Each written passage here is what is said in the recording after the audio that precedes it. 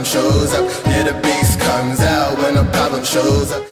What up? It's your man Doyin, and I'm going to try to explain what the movie Bright tried to do. So I'm a Will Smith fan, right? So I'd like to try and believe that he's not going to step into a movie that's going to be less than extraordinary, that doesn't have some like grandiose meaning.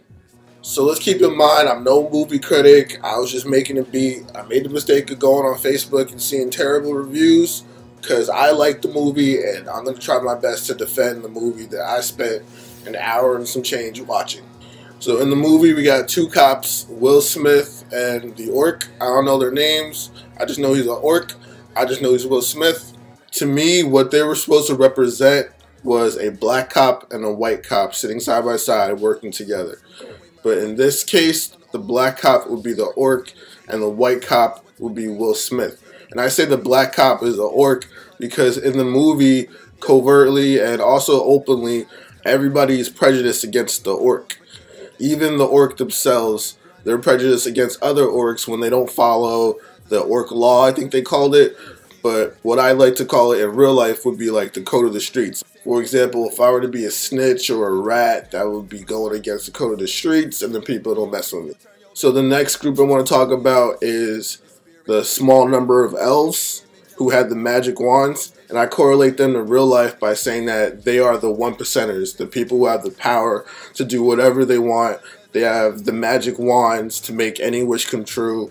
They can forge reality however they see fit. They have the power.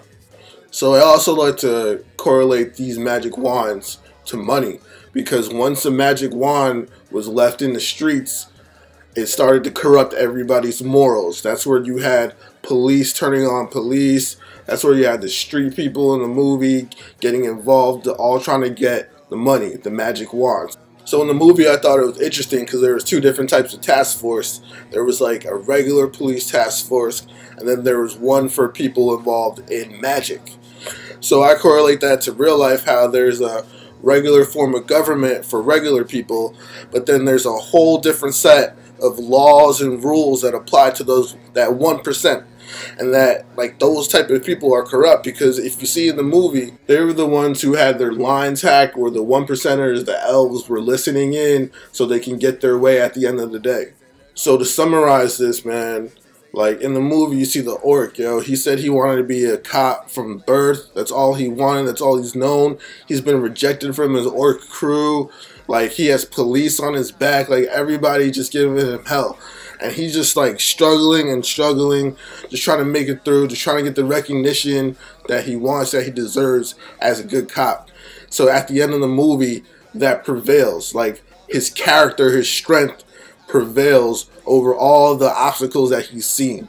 So I think this movie was just trying to show you that basically there's always going to be some form of racism.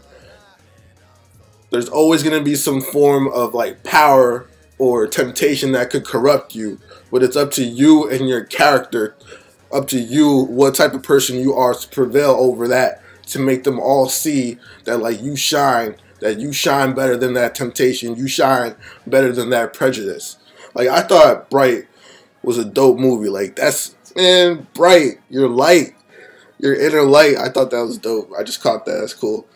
But yeah, man, I enjoyed the movie. Shout out to Will Smith. Once again, I don't do this movie review critic or nothing. You see, I got my headphones on. If I tilt it, you'll see my beat machine. Like, I don't do this. But I enjoyed the movie. So this is Doyin.